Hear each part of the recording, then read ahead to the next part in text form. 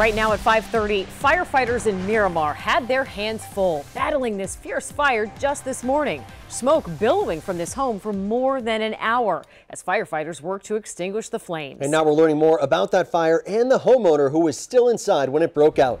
Local 10's Jeff Wines here is live now with the latest on the investigation. Jeff.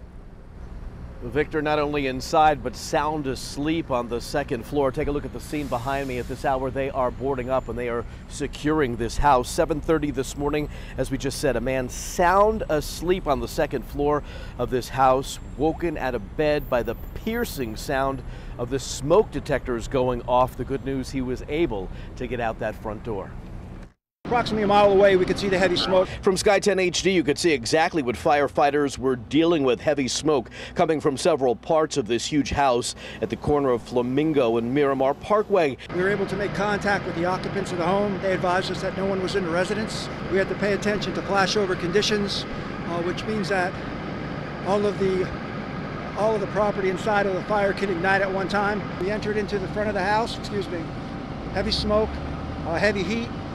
2 hose lines went in. We were able to knock the fire down in about a half an hour. Records show the house is owned by South Point Family and Children's Center, and this house is tax exempt.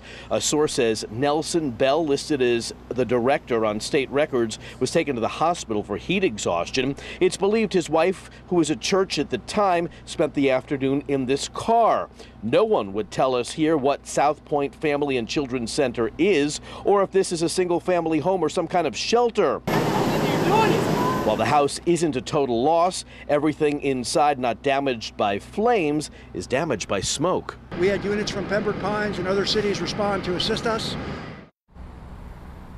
A massive fire. At one point, 22 fire engines on the scene. Miramar Fire Rescue is investigating at this hour. There is no official cause. A few minutes ago, a person leaving this house telling us he believes that Nelson Bell is still in the hospital suffering from heat exhaustion. You could see family members and friends gathered right there behind me. They have been here all afternoon consoling the family. Again, at this hour, it is unclear what actually goes on here. Again, the house is registered to a children and families organization. That entire house is exempt. They pay $200 a year in taxes, but again, no one here will comment on exactly what goes on.